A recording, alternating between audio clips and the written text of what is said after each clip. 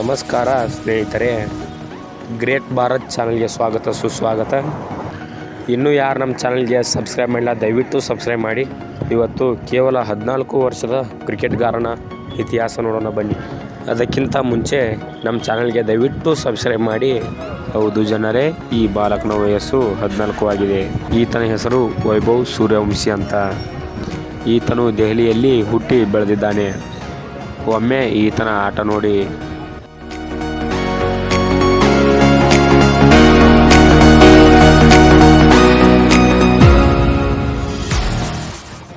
ಈತನಿಗೆ ಸಣ್ಣ ವಯಸ್ಸಿನಿಂದಲೇ ದೊಡ್ಡ ಕ್ರಿಕೆಟ್ಗಾರನಾಗಬೇಕೆಂದು ಆಸೆ ಇತ್ತು.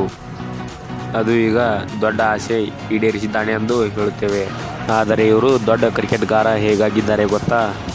ಈತನು ಸಣ್ಣ ವಯಸ್ಸಿನಲ್ಲಿ ಅವರ ತಂದೆಗೆ ಹೇಳುತ್ತಾನೆ, ನಾನು ಕ್ರಿಕೆಟ್ ಕೋಚಿಂಗ್ಗೆ ಹೋಗ್ತೀನಿ, ದಯವಿಟ್ಟು ಹಣ ಕೊಡು ಅಂತ ಹೇಳ್ತಾನೆ.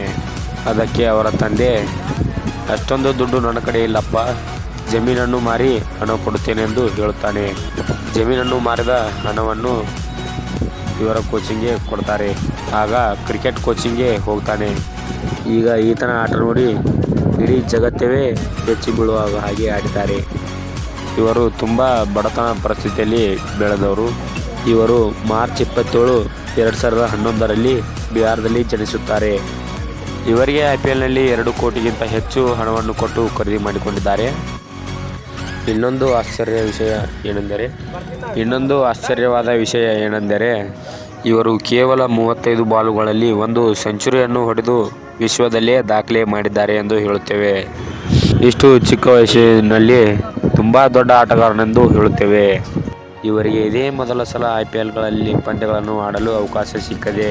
ಇವರು ಆಡಿದ್ದು ಕೇವಲ ಪಂದ್ಯಗಳಾದರೂ ಆದರೆ ರನ್ನುಗಳು ತುಂಬ ಪಡೆದಿದ್ದಾರೆ. ಇವರು ಮುಂದಿನ ವರ್ಷ IPLನಲ್ಲಿ ತುಂಬ ದುಬಾರಿಯಾಗುತ್ತಾರೆ ಎಂದು ಹೇಳುತ್ತೇವೆ.